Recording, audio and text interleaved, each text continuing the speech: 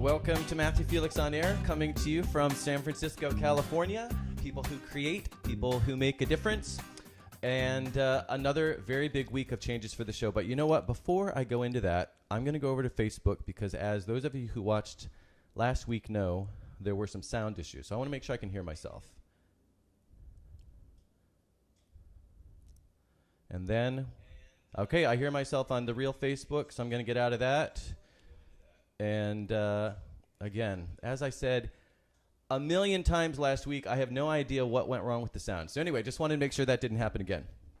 As I started to say, if Word will come back up and I can read my notes, I was just going to say that it's been a week of really big changes here at Matthew Felix on Air. I've had a lot of, hold on, I can't do this until Word comes back up. See, this is what I was getting ready to say, as I've had a lot of technical issues.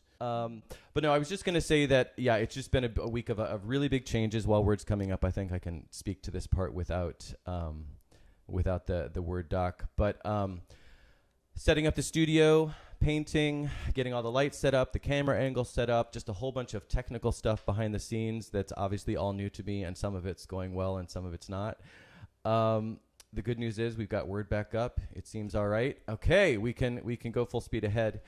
I was also recovering, though, from a hacker. I had to change all of my passwords this week. I had to, after I got the computer back from Apple, it was much worse off than it was before I dropped it off. So the past 24 hours, I've been scrambling with a lot of issues that, like I said, are all new to me. But all that notwithstanding, here we are. And I do want to say that I was able to get last week's episode onto YouTube. And it's still on Facebook, and it's also up on iTunes and Google. And that episode was my inaugural episode here on Facebook Live, and I was interviewed by Aaron Byrne, author, filmmaker, and Lit Wings founder. We had a great time, so please check that out. You can search for Matthew Felix, or just go to my website, matthewfelix.com, for links to that. All right, so we have talked about enough other things, and now that things are up and running, I want to introduce my guest today, who I am really excited to have in the studio.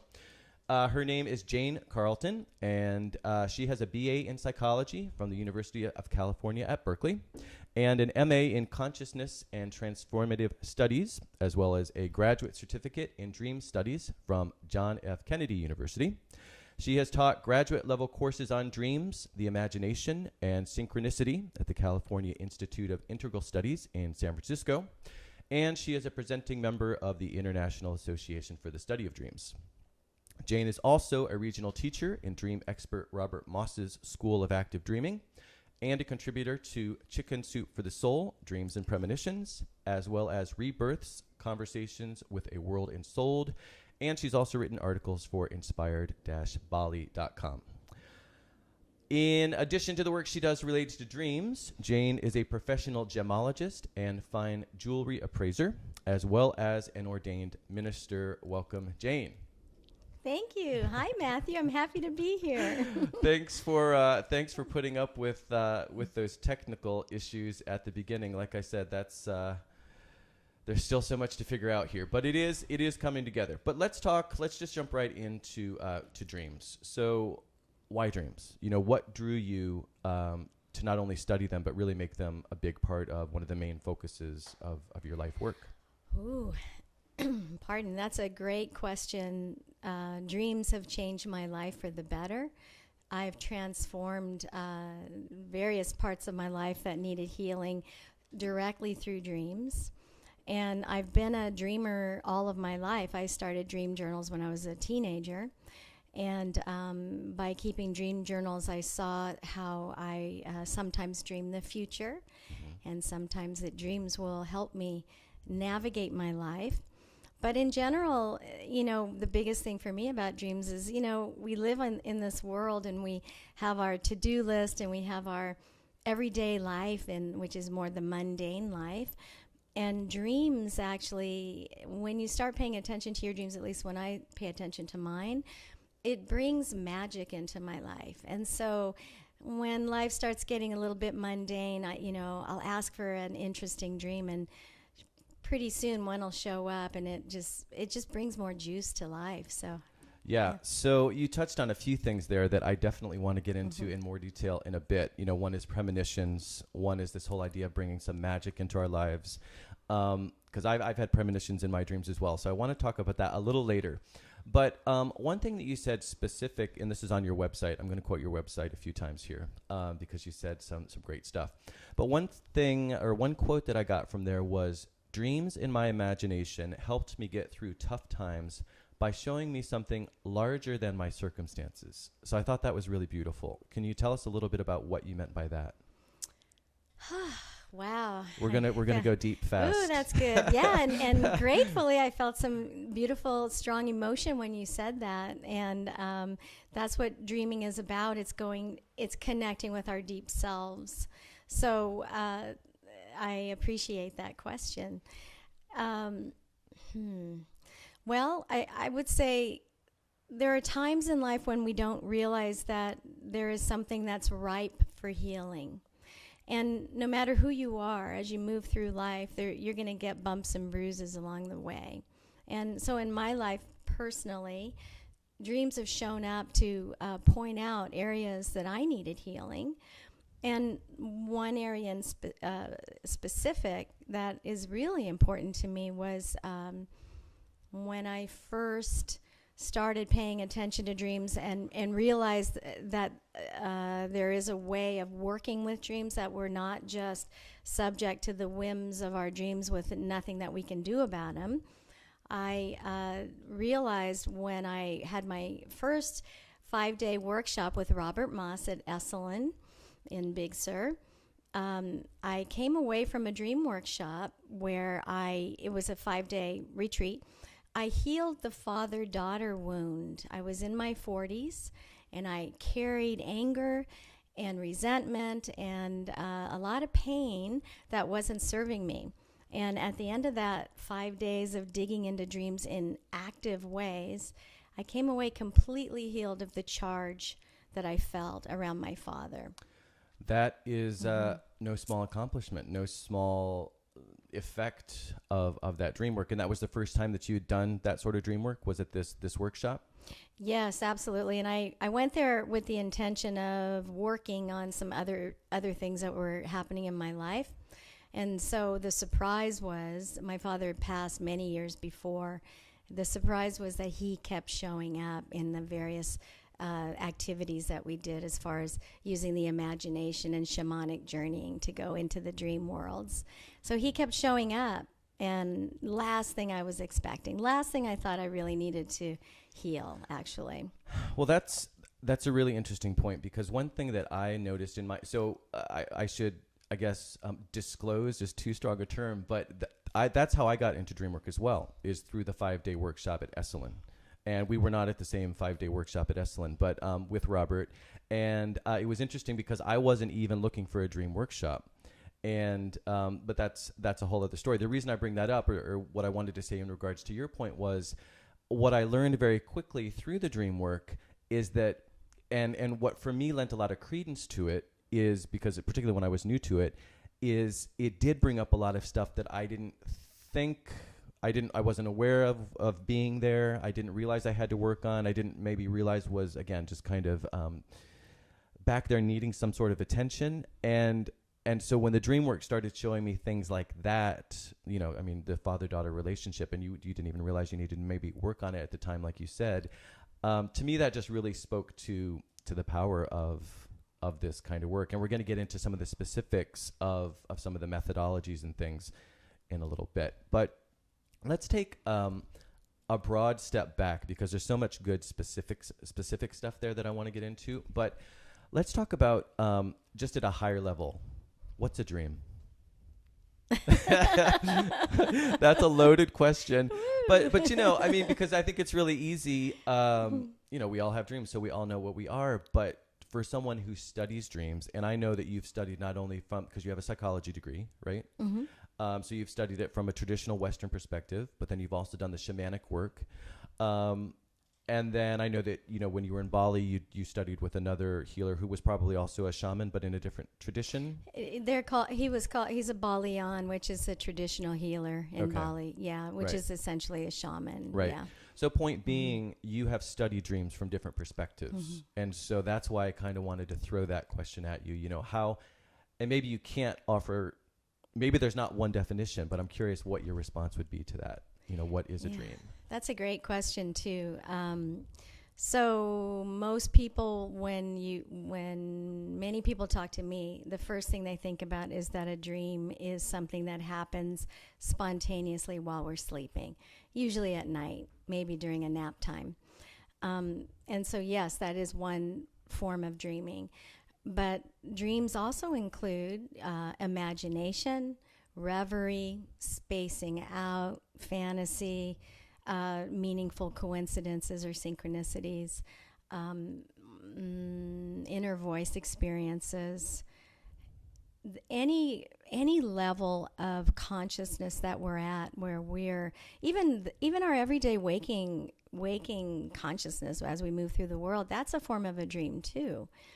But I'm particularly interested in those levels of dreaming where we are engaging with other layers of ourselves in a less typical everyday way. Okay. Can you elaborate on that a little? Sure. So one of the ways that I have been served in my life by my dreams have been every now and then a inner voice experience has shown up. And the times that it has shown up in my life, it's been actually to rescue me from some kind of a circumstance that was a challenging circumstance. One time that was particularly noteworthy for me was when I was 19. There was a man who carjacked me and jumped in the back of my car, had a knife, and asked me to, ordered me to turn on the car and drive him around. And he didn't hurt me, but he did rob me. And when he got in my car, my first response was, "Who the hell are you? Get the hell out of my car!" And then I realized that he had me by the neck and he was squeezing tight, and I had better pay attention. So he started asking me where I lived, and I was, of course, as you can imagine, in a panic state. And I heard this voice. It sounded like a non-gender, calm voice, matter of fact, and it just said lie. And so I started telling this big lie, and essentially that was pretty much what the voice said. And so I started making up stories about living in San Francisco, which I didn't live in San Francisco then, and something about the calmness of that voice allowed me to tap into a deeper part of myself that could help me navigate this situation without freaking out. Right. And so, I did. He wasn't in my car for a long time. He had me drive him around for a little while, jumped out of my car, grabbed something from the car and jumped out and started running away. Right. So that was the first time that voice came. So that's something. What is that? What is that? I don't know what that is, but I have done some research on inner voice experiences, and I'm really intrigued by that. Now, another time when I was getting divorced, that same voice showed up. I was really sad. I'd say pretty darn depressed. I was working at a store at the time. I was in the elevator going up, in the elevator, and I was just like, oh my gosh, how am I going to do this? I'm so lonely. How am I going to make it? And the voice, I'm alone in the elevator, and I hear this voice, and it sounded like it was coming from outside on the left side of my body, not even within me. Same voice. Yep. And it said, matter of fact, very calmly, you always have yourself. And then, it just gave me that little bit of a tweak in my emotional state that I never forgot that. It was like, yeah, I do always have myself, know? Right. So that's one type of a dream experience. We don't know where these things come from, but they'll show up for us. So if we pay attention to our imaginings and including, maybe you're out and about in the day and you've got something you're thinking about or digesting or mulling over, and a thought comes. That, to me, I would call that a dream. anything that is taking you out of your everyday. And making you aware of something potentially greater, or some changing your perspective, giving you insight. I mean, that's kind of, when you say taking you out of your day to day, I'm just... Yeah. So I think the most important word for that is empowerment. Mm-hmm. Dreaming is about self-empowerment. It's about learning how to make better decisions in our lives based on information that comes through for us in a variety of ways. You know, one of the ways that I access this deeper part of myself is in the shower in the morning. When I'm in the shower, there's something, you know, I have things to think about, problems or things I'm puzzling over. I'll get answers while I'm in the shower. Right. It's kind of hypnotic. It's a wonderful cleansing experience anyway. And so I've learned to, you know, keep a notebook handy for the ideas I get when I'm in the shower. That's a venue for dreaming. Yep. Other people go hiking. I do that too. You know, if I'm feeling down, as soon as I get out into the open space and start doing a little hiking, then the thoughts, the dream part of me that is a little bit wiser perhaps than I'm aware of in my everyday life starts peeking through. Yep. Yeah.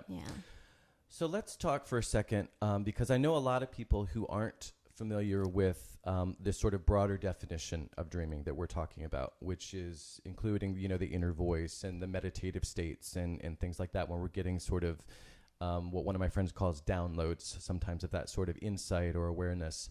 But let's talk for a couple minutes here just about this quote unquote traditional sleeping dreams, right? Because I know that I get a lot of questions because my friends and people that I'll meet, you know, out and about, sometimes dreams will come up and I'll talk about how I've done the workshops. And so we'll talk about things, and a lot of questions, the same questions come up a lot. And I'm sure you get this because you of course teach about dreaming. But one common question is, why do so many people, a lot of people say they don't dream. Now, of course, we know that all people do dream, but why is it, again, in your studies, what sort of thoughts do you have about why people don't remember their dreams? Because that comes up a lot whenever I'm talking. And I have that same question as well, because I'll go through periods where I'll remember, you know, it'll just be crazy. My dream journal's just full of dreams. And I went through one period actually when I was waking up and I had double digit 10, 11, 12 dreams that I could remember. It was taking an hour and sometimes up to 2 hours to write down my dreams. It was too much. And I actually tried to stop that. But then more recently, the past 3 months, I've had very, very few dreams. So even myself, someone who has paid a lot more attention and tried to cultivate this, I'm still not exactly clear on how and why, how to have that recall and where the memory comes and goes. And any thoughts on that? Because I'm sure, like I said, you've got this question a million times. Yes. So when we think about spontaneous sleep dreams, which is a huge part of the study of dreams, and it's actually probably the greatest percentage of research is done on that. So you have to kind of set the stage for your dreaming self to be present for dream recall.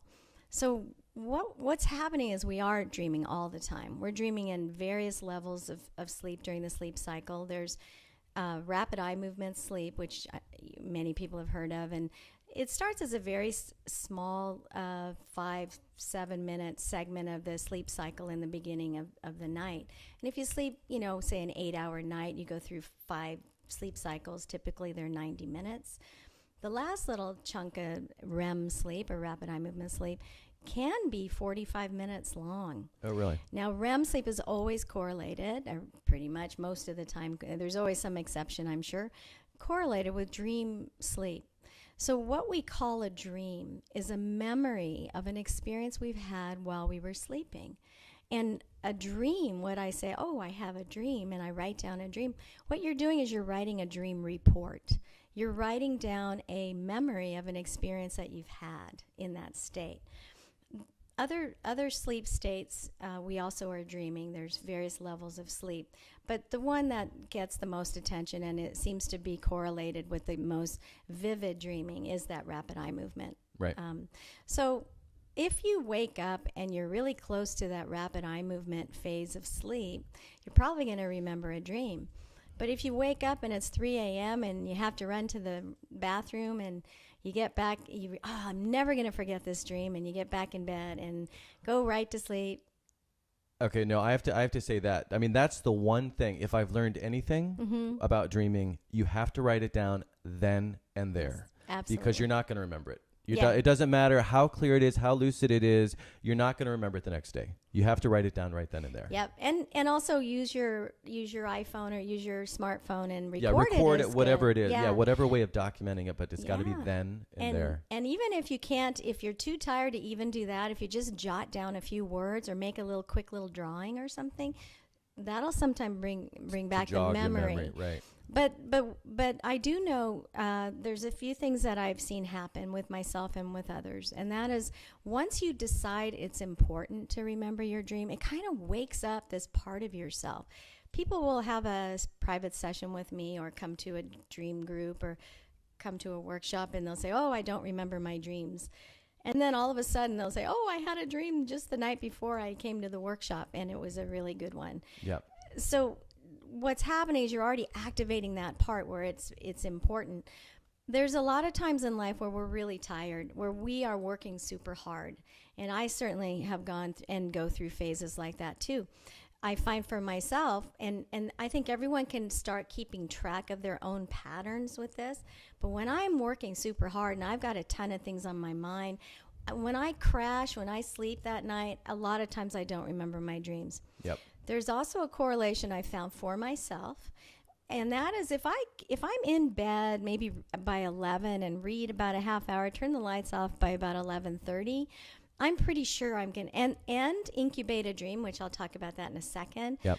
I'm pretty sure I'm going to have a dream. But if I'm up till 2 a.m. and I'm working on a problem, I'm on the computer, I'm whatever it is, and then I go to bed and it's beyond a certain time for me personally, I'm just going to sleep and I'm just not going to remember a dream. I think that's a really good point, because one thing that I've learned is, well, first of all, there are a few points there that I thought were really good. One is just this idea that, you say that's how it works for you. Well, knowing that it is going to be probably different for everyone, what kind of spurs that. For me, what I've learned, I'm almost guaranteed to have a dream or dreams and remember them vividly if I meditate before I go to bed. And I think that, to me, that also just makes sense, because I've taken the time to stop, calm my mind, open my mind, which I think is probably the biggest element there. And so then I'm almost guaranteed to dream if I meditate. And it doesn't have to be that much. It could be 10 minutes. Or if I journey. If I journey, then I'm definitely going to have dreams as well. Okay, so that's... Oh, you were going to say something? Yeah. Well, a couple of things I want to add. One is dream incubation. That's where you ask for a dream before you go to sleep. It's like a meditation. You set the stage, you set your tools, you've got your dream journal, you've got your pen, you've got your colored pencils if you like to draw, you've got your smartphone, whatever it is, your tools, and you ask for a dream. If you have, and in your dream journal you can write, tonight I will remember a dream. Simple as that. Or tonight I want an answer to this problem, or tonight I want to fly, whatever it is. Yeah. Now, sometimes it takes a while for that to start working. Maybe it's 2 weeks before you remember a dream, but if you just do that, it's gonna wake it up. So there's some persistence, and then there's one other thing I wanted to say. No, I was just gonna say, because this is in line with what you're talking about, that I always compare it to being like a muscle. Yes. The more you use it, and the using can be setting the intention, which is what you're setting. Getting the whole setup right, but just putting it into practice. And the more you do those things, those different things, going to bed at the right time, maybe meditating, having your journal ready, most of all, perhaps setting the intention, then it starts to happen. And the more you do it, at least in my experience, the more it happens. So again, I always compare it to a muscle. Sort of. Absolutely. Yeah. That's so important. And the other thing I think that's important is to make it fun. It's not a job. We're doing this already. We're natural dreamers. So it's not like we have to try hard to dream, because we're already doing it. We just want to, with everything in life, we don't want to make it so hard and make it fun. And so if we expand on that idea and we think about different levels of consciousness that are around sleep, there's the hypnagogic state and the hypnopompic state. Whoa. So those are big ones. And these are important. Yes, you don't have to remember the terms. Okay, good. There's no quiz afterwards? No quiz. Okay, good. But the hypnagogic state is where it's that little thin layer of consciousness that's between when you're awake and you get in bed and you're getting ready to fall asleep. It's a super creative time. You'll see images of things. You close your eyes, you'll see little flashes of light. You may hear a voice of something. You may see a face. You may see a vase show up, whatever. So that's a form of dreaming. And a lot of creativity comes through in that place. A lot of artists will play in that zone. The other side of that, then you're in your sleep mode, and then when you're waking up, the hypnopompic zone, and that's super important. And there's some tricks you can do there, because usually it's when we're waking up that we're coming out of a dream that we may be able to catch something. Right. So what I do is I've become familiar with a certain sensation that comes. I call it a whoosh kind of a thing. Mm-hmm. It's where I'm leaving the world that I've been in, the dream worlds that I've been in, and I imagine it as re-entering my body, actually. Mm-hmm. It's like a whoosh feeling, and all of a sudden I'm like moving into this sensation of coming awake. And so what do you do? What's the practice? The practice is pay attention. Don't move your body. Stay in the same position you were in. And now start scanning. Where am I? Who was I talking to? What was I looking at? What was I... Don't reach for the phone. Nope. Don't. Yeah. No distractions. No distractions. Yep. And it's really easy to do, like on the weekends when you don't have to set an alarm, right? And then if you have like just an edge of a dream, but you can't quite catch it, but you have something, sometimes putting your body in the same position that you were in the dream can help bring through some memory of what your experience was. The whole muscle memory idea. Interesting.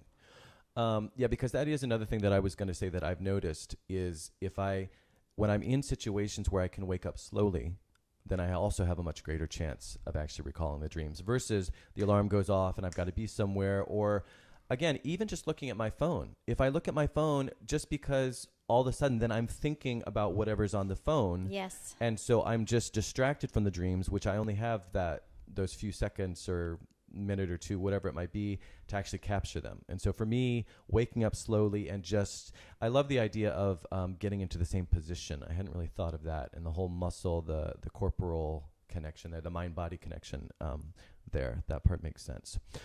Okay, so unless you have anything else specific about that. Okay, so again, sticking primarily with the nighttime dreams. How did you had a good term for those? Spontaneous sleep dreams. The spontaneous sleep dreams. So I have been, let's just say I listened to Jane on Matthew's podcast and I followed her advice, and now it's a week later and I just had this intense dream. But because I haven't studied a lot about dreaming, I'm going to go to my dream dictionary, and I see that the heart means love. And I see that, I assume it was kind of Freud who made those really clear-cut connections between this symbol and that. I don't know a lot about psychology. You could speak more to that. But that's one way. That's the way that, like, when I was a kid, that's how we interpreted dreams, right? The symbols were really obvious, and you just kind of map the symbols. But in my experience, in your workshops, in Robert's workshops, it's not actually that straightforward. So, again, I'm someone who's listening to this. I followed your advice. I have this great, juicy dream. How would I interpret that? How would I go about finding meaning in that? That's a great question too. You have good questions. Hey, I did my homework, and I've cheated because I've already done a few of your workshops, so I should know the good questions. Hopefully, yeah. So there are various layers of dream interpretation, and pulling out the dream dictionary it's better. Most researchers say just throw those away. But in my opinion, it's better than nothing, just because it's giving some kind of attention to the dream. Mm-hmm. But one of the things to think about with those symbols, those dream dictionaries, is, say I have a dream about a horse, and I'm really afraid of horses. And I'm in waking life, I'm not, but say For I am. example, right. And Matthew, you have a dream about horses and you love horses. So that symbol is going to have a different meaning for you than Right. it is for me. Right. And that's like super, super straightforward. There's different layers of meaning in the dream, and I can get a little bit involved with this. Go if there. you like. Go Okay. there, girlfriend. All Go there. right. Woo. If we go too deep and we're running, short on time, I'll Okay. try to nudge you along. But yeah, I'd love to hear about it. Great. I can give a very short dream example. So first of all, there's different layers of interpretation, and depending on the school of thought that you belong to, your layer of interpretation is going to reflect what your knowledge base is and what your belief system is. So Okay, that makes if I'm a Freudian, and we know Freud was really interested in the sexual symbols in dreams, then every time there's a umbrella or A snake or right, we've got all these phallic symbols. right.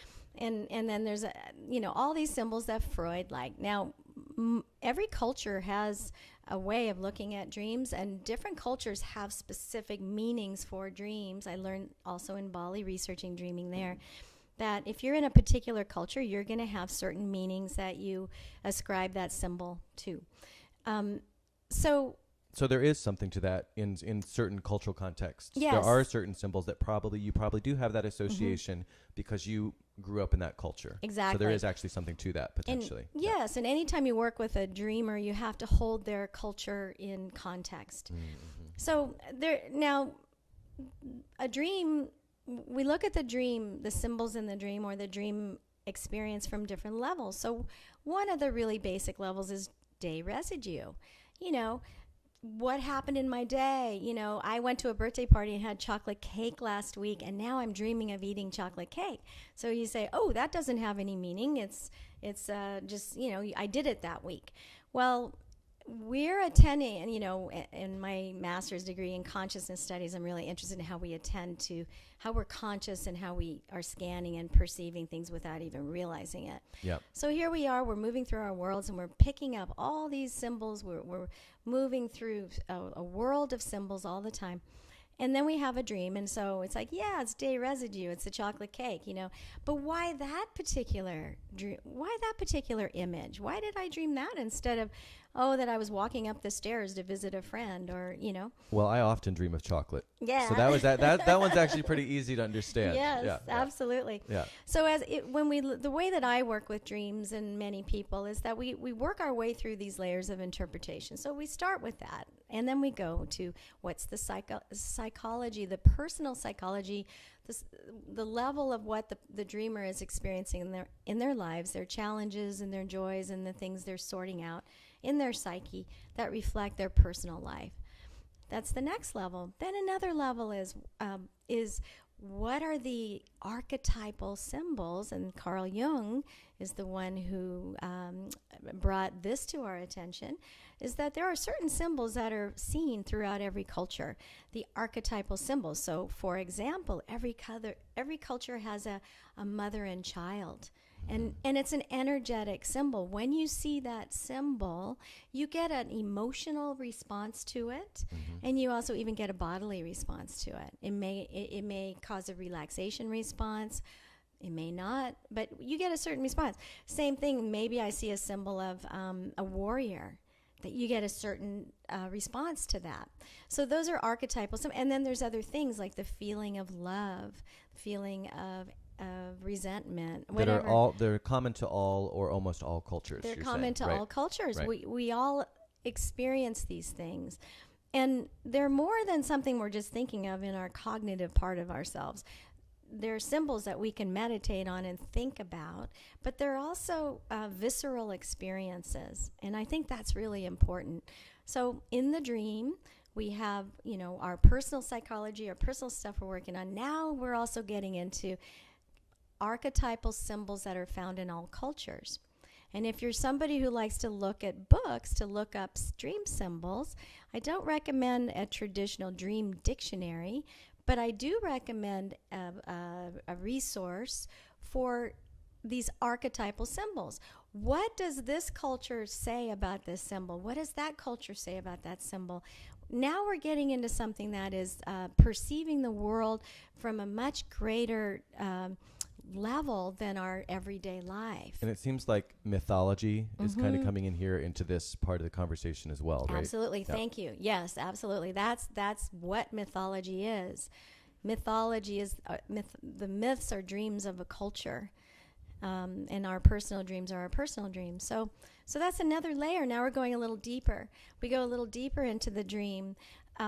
What is the shamanic level of that dream? How are those symbols? Perhaps it's my dear friend Doris passed recently, 3 months shy of her 105th birthday. Oh, wow. She lived a good life, and she was completely cognizant the whole way through. Good for her. So what brought me there? Where was I? Oh, going deeper. The shamanic level. So now we go into what is maybe it's a visitation dream. Maybe I have a dream about Doris. So here's an example. Short dream. I think she passed about 7 weeks ago. About 2 weeks ago, I had just a snippet of a dream. I'm an observer, a witness. I'm not engaging in anything. I'm just observing Doris. She's younger. She's not young, but she's younger than 105. Sure. And she's in this small European town. Now, Doris was Sicilian American, grew up in San Francisco. And I knew her for 50 years. She was my best friend's mom. Oh, okay. So she was like my other mom. So I see Doris walking into an old-fashioned European-style delicatessen, a deli, one like you'd see in Sicily, I would think. And I just see her going in, and I know that she's going to get some salami. And there were many times growing up and hanging out at Doris's house where we had salami. We love salami. And so that was my dream. So what is that dream? How do I look at that from a level of interpretation in these various levels? Well, one thing is, maybe I was hungry, and I've been kind of not eating salami these days because of the cholesterol thing, right? So, there's, and then there's the memory, my personal associations with Doris, and the memory of eating deli food, salami with her. So the healing piece is I see Doris on the other side, the shamanic side. I know she's okay. I come away. Reassurance. Yes. And so it's a visitation dream. I've just dreamed, and maybe I've caught a glimpse of what she's experiencing on the other side.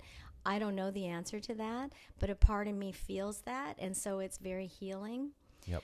The archetypal side, the walking into a place to get good food and to nourish the soul, that's an archetypal situation. So so we've got all these levels that are in play at the same time. Yep. And they're all true at the same time. We don't have to say, it's about this, but it's not about that. Well, really, to me, it's about all of them. Well, it's about all of them, and also couldn't you also sort of trust what resonates most for you if you have to sort of choose? Because that's how sometimes let's say I do wake up and I've had 3 dreams, or I've had one particularly long one that was really intense, but there's so much going on, it's almost hard to parse out what matters and what doesn't. I usually just kind of go with my gut and just, what part of that, or which of the 3 dreams, or which part of that one long dream is really calling out to me, and kind of focus on that as a way of sort of, I don't know, just figuring out, okay, what if there is a message here, if there's something I'm supposed to be paying attention to. Like you said, it could be everything, all of those 4 layers, or maybe there's one thing that I really need to focus on, I really need to hear. Yeah, and that speaks to first of all, that the expert on a dream is not an expert. The expert on the dream meaning in your life is the dreamer. I can never, and I don't ever tell a dreamer what their dream means. But what we can do is share, I would think about this if it were my dream, and this is what works for me. And so I'll say that a lot. And so I love that. And the other thing that's important with dreaming is, there's the very large school of thought that I believe in also, is that dreams come to show us things we don't already know. So when I come out of a dream and I know that there's one part of the dream that's more important than another part, and I'm paying more attention to that, which everybody does, because you wouldn't have time to, go about your day. So much to process, right? Yes. Right. That, whatever that piece is, I'm getting a part of it. And then the beauty of doing dream work with someone else, as you know, is then we get to expand on what I didn't know, what's going to come through. Which is a perfect segue, because I want to talk a little bit, because now we've just talked about, okay, I'm having these spontaneous nighttime dreams. Is that what you called it? Mm-hmm. Okay, good. Or spontaneous sleep dreams. No, that's what it was. I knew I was almost there and not quite there. But So they usually come at night. Yeah, exactly. So we talked about the spontaneous sleep dreams. Wait, is that it? Mm-hmm. Is that what you said? Okay. And how we can interpret those sort of as individuals. But then there's also this whole discipline that we've kind of referred to a little bit indirectly, or even directly, I guess, which is the dream work. And that often does involve other people. So there's the one thing of I can go and I can have my journal and I can look at it and think about it and maybe get some other references to help me interpret. But then there's dream work, which is kind of bigger and likely oftentimes involves other people. So can you speak to kind of that angle of things? Yeah, there's a lot of different levels of dream work. And so when we work with someone else, there's a variety of ways that you can do that. You can attend a dream group, and we can talk about what that means. Or you can go to a workshop, which is a little bit different, and then you can also have a one-on-one consultation with somebody who is a dream specialist. Yep. And it doesn't necessarily mean that the dream specialist is a psychologist, by the way.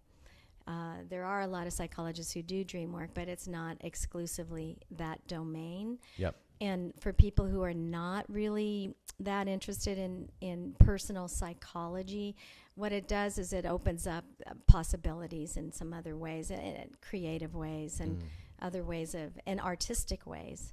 You can work with dreams in an artistic way also. So tell us a little bit about that. So in the workshops, one thing that really surprised me and that really resonated with me, that I wouldn't have necessarily even, thought would necessarily resonate with me, was there is a lot of art and theater, and that's a lot more than just talking about your dreams. That's obviously a big part of it, and that's the crux of it.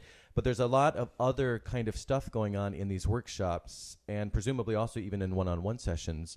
I assume you do the same kind of stuff that people wouldn't necessarily suspect, and that really sheds a lot of interesting light on the dreams in a way, again, that you might not be able to do just on your own. So can you talk to some of the activities and approaches that you take in the workshops and the sessions? So I want to particularly talk about Robert Moss's workshops, because those are the ones that I am a teacher of Robert Moss's active dreaming techniques. And the workshops are, let's specifically talk about Robert's workshops, since that's what we're both very familiar with. Right. And in my own workshops, I use those same techniques, but we'll focus on what we've seen in Robert's workshops. Sure. And there are, let me backtrack just a little bit. I've studied with some of the most amazing dream workers in the world. I'm so grateful because of my graduate degree, my 2 graduate degrees, 4 years of studying dreams and consciousness. I was able to I'm jealous. I'm jealous that you got to spend 4 years really, really getting into the nitty gritty. Yeah. What a gift, really. So I've seen a lot of different ways that people work with dreams. And so there's a lot of benefit that you can have in a sitting around talking setting. I've seen excellent dream work happen that way. But the work that we have experienced together in Robert Moss's workshops is more active than that. So I just want to give a nod to all the various types of dream work that's out there, and the skills of different practitioners or specialists approaches, also. But my heart and your heart is with the more active dreaming, and it's called active dreaming, Robert Moss's techniques. So it's not sitting around talking very much. We're getting up, and what we do is we have a few different techniques that are really core techniques that are always present. Several techniques, and one of them is the lightning dream work process or game. Robert calls it the lightning dream work game. And that's where there's a set of questions and a way of holding an inquiry into dreams that provides an opportunity to talk about the dreams. And maybe we can do an example of that later. You know what? I know. Yeah. I looked, because like I said, I haven't had that many dreams lately. Yeah. I really wanted to bring a good dream today. Yes. and play the game. We can still do a variation on that, but I couldn't find a good one. I didn't have time to go back far enough to when I was having more dreams. But yeah, we'll do some variation on And that. dream snippets are our friends too. We love dream snippets, fragments. Yeah. We love them. Yep. So the other part of that, so anytime you share a dream in a setting with someone else, the first thing that's most important is to know that it's sacred. This is really important, and in any dream sharing setting, it's confidential, right? Whatever happens. So that's what you mean by sacred. Yeah. Sacred, yeah. And also it's held as this deep part of ourselves coming through. So nobody's ever going to look at that and think that's silly or anything, right? Right. And so some of the techniques, so that's the first thing, is there's a safety factor that's super important. If you're working one-on-one with a dream practitioner, you're going to get into a really deeply personal inquiry. If you're working in a group setting, you're not going to go there because you don't want everybody, you want to maintain your privacy. You may or may not go there, because I have broken down repeatedly sobbing at these workshops, and that's not something I normally do, which again, though, to me, that's one of the reasons I've gone back and I'm so enthusiastic about it, is because again, and I'm caught off guard every time it happens. It doesn't happen every time, but it's happened a few times. But it just speaks to the fact that even though I'm in a group of people, or that I could still feel that safe and go that deep and really touch on whatever the thing might be that I'm touching on, the issue, the memory, what have you. But anyway, so I just had to comment on that, because even though it is a group setting, sometimes you actually you do end up quote unquote going there. Yeah. I love that, and I love that because that's like, to me, that's like you get the prize when you touch deep emotion. Right. Deep emotions are our friends, right? And that's a sensation of healing when we go there. But also in a setting like that, you go to your edges, but you don't go to where it's too uncomfortable, right? So there's a way of monitoring that. But I think the most important thing to think about too in the process is that we're going back inside the dreams, and we do that by sharing the dreams with each other, by talking about them if we're going to do that. We do it by doing art, dream art, if we're going to draw an image that came and then share that with each other. We do that by dream theater, where we go back, we act out the dream, and then we have an opportunity to dream the dream further, create a further progress of the dream. And all of those things help us go into the dream and actively engage with it. And we're actually dreaming further when we're doing that. Mm-hmm. And there's something really important I want to say about that too. When you're in a setting where other people are sharing their dreams, a dream group, a dream workshop, maybe you're not sharing your dream, and somebody else is sharing theirs. But whatever shows up for the group has something for everybody. Mm-hmm. That dream that's being shared, you're going to find some part of yourself that's really moved by it, or you get an insight. And that idea of getting that aha moment, that moment of epiphany, that, I believe, is the actual sensation of something healing in the psyche. Interesting. A moment I like of that. epiphany. Yeah. So, God, there's so much more to say there. But I think what I want to do in the interest of time is, because you've mentioned this a couple times. You mentioned this in the beginning, and you just touched on it as we were going through the dream work itself. Is just this notion of healing and the healing impact that the dreams can have. And I have certainly witnessed that. And again, that's part of why I'm so passionate about it as well. But one area that you specifically focus on is healing trauma. And so can you tell us a little bit about the work that you've done with trauma? And it's interesting because, like you said, you're not a psychotherapist. You do have a psychology background, but you're not a psychotherapist. This isn't a replacement for that. And yet there is nonetheless a huge benefit that can come from dream work and working through different kinds of trauma. Can you speak to how that's one of the areas that you focus on? That's a big area. Yes, absolutely. On purpose, I didn't get my therapist license because the way that I work, I want to be able to push the boundaries a little bit.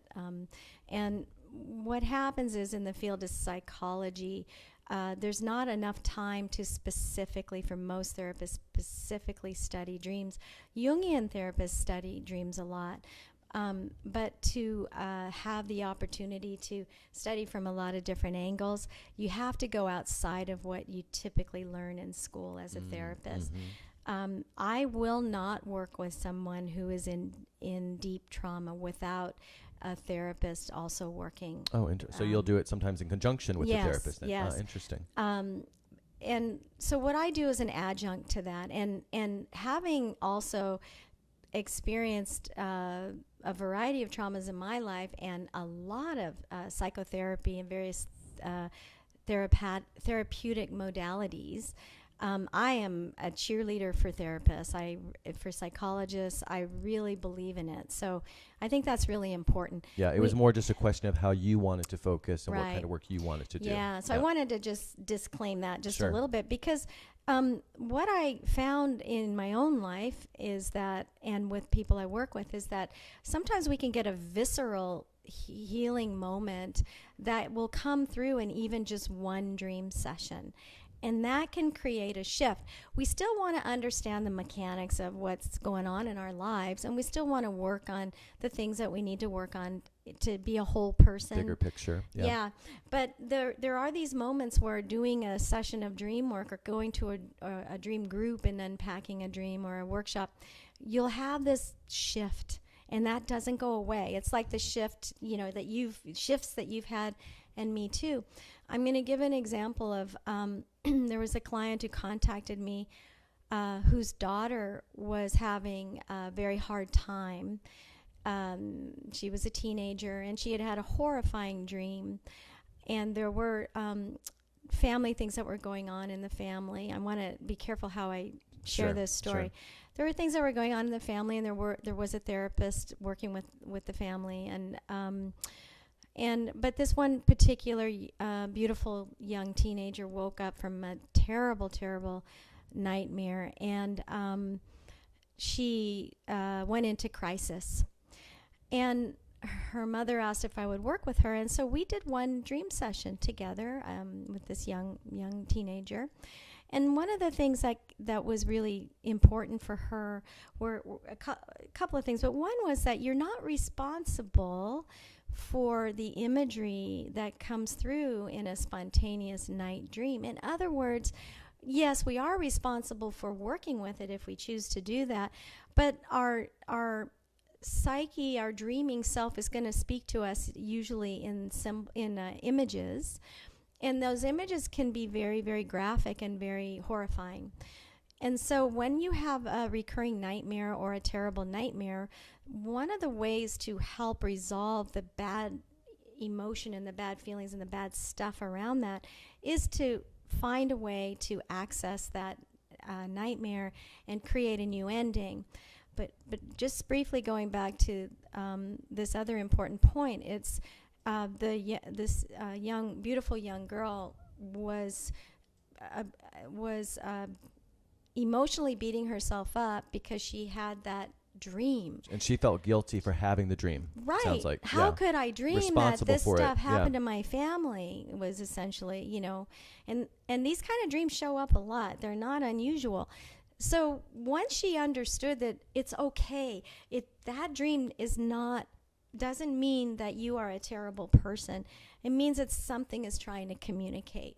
And that's needs to get out. It needs to get out. Yeah, and it needs to, and it needs some kind of a energetic release. Yeah, exactly. Right. And so one of the ways to work with that is to in a way that's safe, and I can't really say how to do that here, but there are ways of going back to a nightmare and creating a new ending with the imagination, and then letting that new ending fuel a moment of transformation and growth in the individual. And usually when you work with a nightmare and you have that moment, what will happen is sooner or later that epiphany will come. There'll be that it's like a release. You can feel it. It's a mental and it's a physical sensation. When that comes, then that's the healing moment. And then and I found that often even with recurring nightmares, they don't come back because we've come to find a message. We need to get to the message, and we also need to get to the resolution of the dream. And if you think of a nightmare as a unfinished dream, it's a story, and we wake up when it's the most difficult part of the story. So if we use our imagination to create a new ending, and there are ways to do that where it's not terribly frightening for the dreamer, right? Because those dreams are frightening. This is a real experience. Yep. There are ways to do that where they're held safe and secure, and they can touch that place. It's going to change that ending. There's also something about a neurological component to this. It's creating a new pathway. Neural pathway. Yeah, exactly. Where now I'm not stuck and going back and back and back in my thoughts, back to that, back to that, back to that. Now I can bring my thoughts to this better ending, to this resolution. I'm not stuck with no power. I have power as a dreamer. Right. And I was going to say that's why it's so powerful, but that's really redundant. Yeah. So I'm not going to say that. I didn't say that. But actually, speaking of power, I was just looking at my notes here, and this is a bit of a tangent, but on your website, I saw so many great examples that I didn't know about, historic examples of how dreaming, because a lot of what we're talking about here is bringing dreams into our day-to-day lives, and I think that's also part of the connection here. You were talking about taking the nightmares and, working them in our waking lives, and so that we have, the resolution, or we work through what we need to work through. But another angle of bringing the dreams into our day-to-day lives and transforming not only ourselves, but the world, are some of the historic people who have done what they've done because of dreams. Can you think of, I'm putting you on the spot, and this is from your website. Can you think of some of those examples? Because there's some good ones. And if you can't, I'll help you because I'm looking at my notes. Tell me, actually, I'll give you, I'm going to prompt you. Okay. Tell me about, this guy's not maybe as famous, but this is a great one. The Gem Hunter, Heitor Dimas Barbosa in Brazil. Oh, yes. That was a pretty good one. Oh, I wrote that blog a long time ago. Yeah. I did my research. Yes, very good. Thank you. Yeah, well, I'm always interested in dreams and gems as a gemologist. Right, right. What could be more interesting, dreams and gems? I can't think of anything more interesting. But many, let's see, I think it was in the 80s. He was convinced that there was going to be a brand new gemstone that had never been found before in this particular region in Brazil. Right. And his neighbors and the people in the village called him kind of crazy because he was digging, prospecting. Well, because you said, I think, that he knew what spot. He knew where to dig because of a dream or an intuition, something. It was a feeling that he had. So it was, to me, I see it as more of a waking dream. Yep. And so, yeah, he was sure. He was sure. And it was a lot of years. Did I write how many years it was? Because I'm not remembering that part of the let story. me see if I have how many years the poor fellow was digging. I just know, it just says in 1981, he had an irresistible inner knowing, truly a waking dream, that there was something incredible and never seen before under the earth in this specific spot. Yeah. So anyway, he, with a lot of people, making fun of him, I've heard, he finally discovered it's Paraíba tourmaline. It's now tourmaline is found in many places throughout the world, but this particular neon green, neon blue, vibrant color had never been found before. And so he wasn't crazy. He was not crazy. He discovered it. Yeah. And in fact, actually back in the 80s when it was discovered, and I was working in the jewelry industry back then, I remember it was a few couple $100 a carat wholesale for these stones, and those same stones now are in the thousands of dollars per carat. Really. So they're super rare. They're hard to find. Did you buy some at the time? No, I wish I had. Some people did. Yeah. But they're really beautiful, and there's and I just love the fact that this man had this knowing, and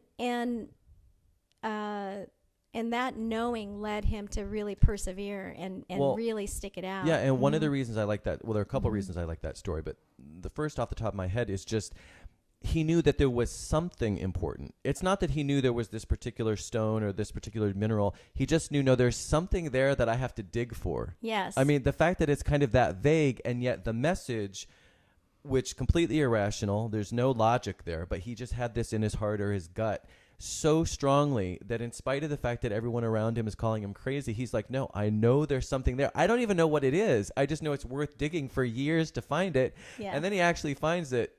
I mean, that's pretty cool. Never mind, again, this notion that he was so in tune to his inner voice. And he gave such faith to his inner voice. Because it's one thing to hear it. Because, my novel is actually about a young Spaniard's awakening to his intuition. And one of the things that he really goes through is, first of all, you have to start hearing the inner voice, the intuition.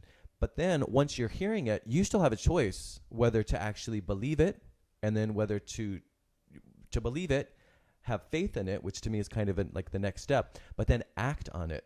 So this poor guy in Brazil, who hopefully is not poor because he did find the mineral, did all of those things, and I just thought that was a great story because of this waking dream. I love that. Yeah, and that action piece is so big, and that's why when we have a dream journal, we want to review our dream journal because there's going to be information in there that's going to serve us.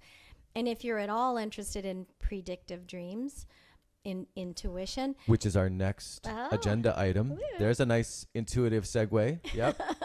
Yeah, when you start reviewing your dream journals, you're going to start finding things that will be intuitive knowings that have come through in the dreams. Everybody has their own pattern for that.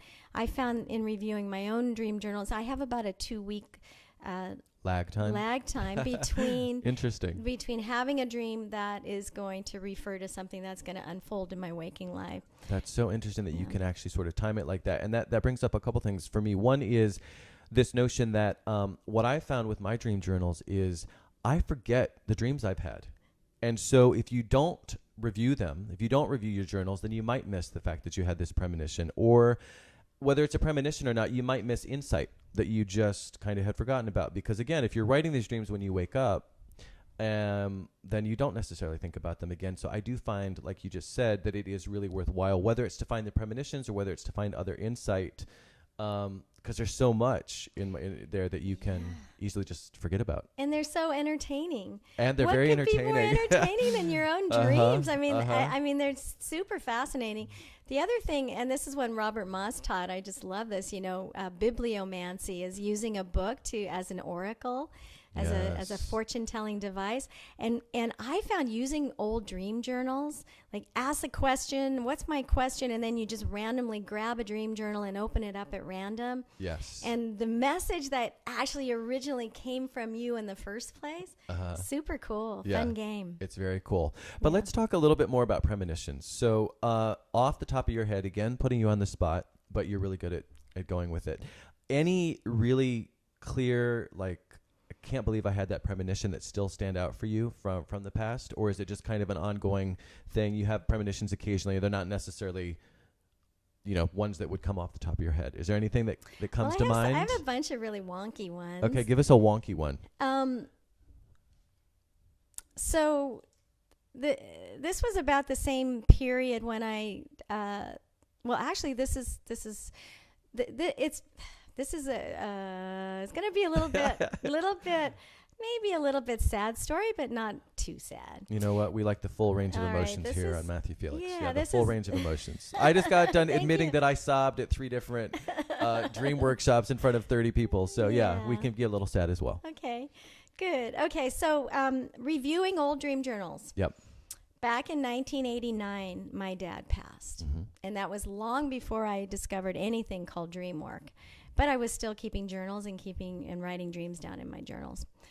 And he passed, and he lived. I had only seen him 4 times in the last 10 years of his life. Okay. And he didn't live. He lived on the other side of the country.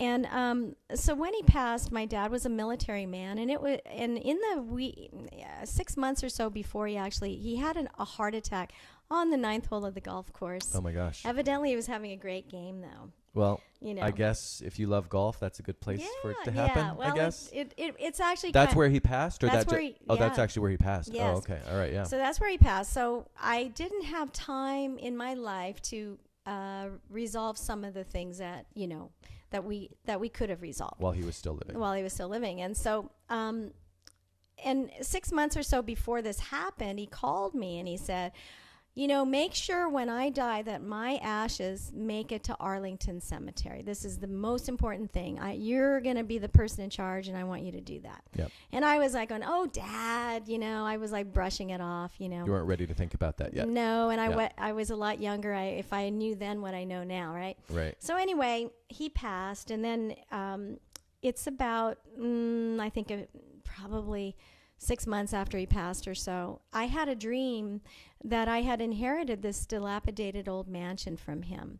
And there's all these stories going on in all these rooms. But the main thing that really came through in the dream was, like you were saying, there'll be something that really stands out. Right. Well, in the courtyard of this mansion, this house, was one of those old big marble statues that they have at cemeteries, you know, that people do the big memorial statue thing. The old school ones. Yes. Yep. And it had a name plaque on it, and it had the initial C, Howard Taft, on it. And so my last name is Carleton. My dad's last name was Carleton, so it's C, Howard Taft. And I write it down, even make a little sketch in my journal. And I was like, I have no idea what this means. Yeah. But I even wrote in the journal, one day I'm going to know what this is about. You knew that there was something to this. Yeah. Yeah, it had some juiciness to it. So now, before I go any further, I will say that because he lived on the other side of the country, his fourth wife said that she would make sure that she got his ashes shipped to Arlington Cemetery. So I assumed that had been done. Sure. But it was my job to make sure, and I had not followed up. So, and it's now, you know, another 9 months or so after the dream, and by chance, I'm in Washington, D.C. for a museum 4 days with a friend, and I thought, well, I'll go to Arlington Cemetery, and I'll put flowers on my dad's place, wherever his thing is. Because you're thinking that it's there, but they're not there yet? All this time I think the ashes are there. You're thinking that the ashes are there. Yeah. Right. So I kind of jumped ahead of my story. But anyway, I'm standing in line with my flowers, and my friend Leslie's with me, and in those days, they didn't have computers. It was microfiche. So you look it up in the little gadget there to find out which plot is his plot, you know, or his little nook for his ashes. And I'm standing in line, and I look up, and I see this big framed photograph on the wall of the same memorial statue thing that I had dreamed. And it said it was William Howard Taft's memorial. Uh-huh. And remember, my dream was C. Howard Taft. Right. So I get up to the counter. I was like, where's my dad? You know, it's like, oh, he's not here. And I have several people try to look it up. He's not here. Now I'm just like, whoa. Where are his ashes? Right. Are they lost in shipping somewhere? Are they in somebody's garage? And shortly after he died, his fourth wife had remarried and disappeared. I never knew what her last name was. She was gone. So I had never even knew the new last name. The new last name for her. Yeah. And, you know, family stuff, right? Right. So now I'm there, and I'm just like, oh, my gosh, where are the ashes? It was my responsibility, you know. And anyway, it turns out that the ashes were there. It took a year for me to do research to figure this out and to find someone to help me. Oh, wow. By writing and calling different, you know, funeral places and all this stuff. Right. Tracking him down. Yeah, I know. It's a little morbid, isn't it? But anyway, it turns out the ashes were there, but they had his name wrong. Instead of John, initial R, Carleton, they had, and it's Carleton, they had John T.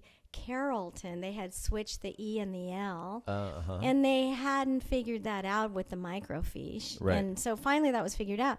So the dream was interesting because, first of all, it tells me C for Carleton, Howard Taft, at this Arlington Cemetery, but also C as a pun, C as in see to this. Right. Go there and get my name fixed. And it was all about the name plaque. Yeah. So I haven't gone back, but I've been told, and I got letters saying that it has been fixed. You have official confirmation. Yes. Yeah. So we just had to fix the name at Arlington. So. Well, I'm glad you did. Yeah. I'm glad it worked out. I think I haven't had any more of those dreams since then, so I'm sure it's fine. Yeah. All right. Okay, so let's look ahead here because we're out of time. But I want to know, what you have coming up, because I believe we've talked about Robert a few times, and I did see on your website that he's coming in October, I think. Is that when he's going to be here? Yes, Yeah. October 25th and 26th, I think it is, the weekend, 25th is Saturday, Sunday, Berkeley. The information's on my website, and I'm the contact person.